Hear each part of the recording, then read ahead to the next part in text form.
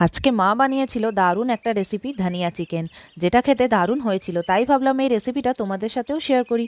প্রথমে চিকেনটাকে ভালো করে ধুয়ে নিয়ে এর মধ্যে দই, তারপর আদা রসুন টমেটো, কিছুটা পেঁয়াজ কুচি আর ঝাল অনুযায়ী কাঁচা লঙ্কা বাটা দিল। তারপর দিল পেঁয়াজ কুচি, ধনে গুঁড়ো, জিরে গুঁড়ো, হলুদ গুঁড়ো, স্বাদ মতন নুন আর 3 চামচের মতন সর্ষের তেল দিয়ে খুব ভালো করে মাখিয়ে 15 মিনিট চাপা দিয়ে রেখে দিল।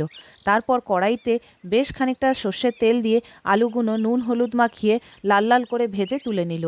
তারপর সেই তেলের মধ্যে বেশ অনেকটা চিনি দিয়ে চিনির কালারটা যখন চেঞ্জ হয়ে গেল তখন গোটা গরম মশলা দিয়ে দিল। ফোড়নটাকে খুব ভালো করে ভেজে ওর মধ্যে আগে থেকে মাখিয়ে রাখা চিকেনটা দিয়ে দিল। তেলের সাথে ভালো করে চিকেনটাকে মিশিয়ে ঢাকা দিয়ে 10 মিনিট রান্না হতে দিল। এর মধ্যে বানিয়ে নিল ধনেপাতা আর কাঁচা লঙ্কা বাটা। তারপর চিকেনের ঢাকাটা খুলে দেখে কি এক কড়াই জল বেরিয়েছে।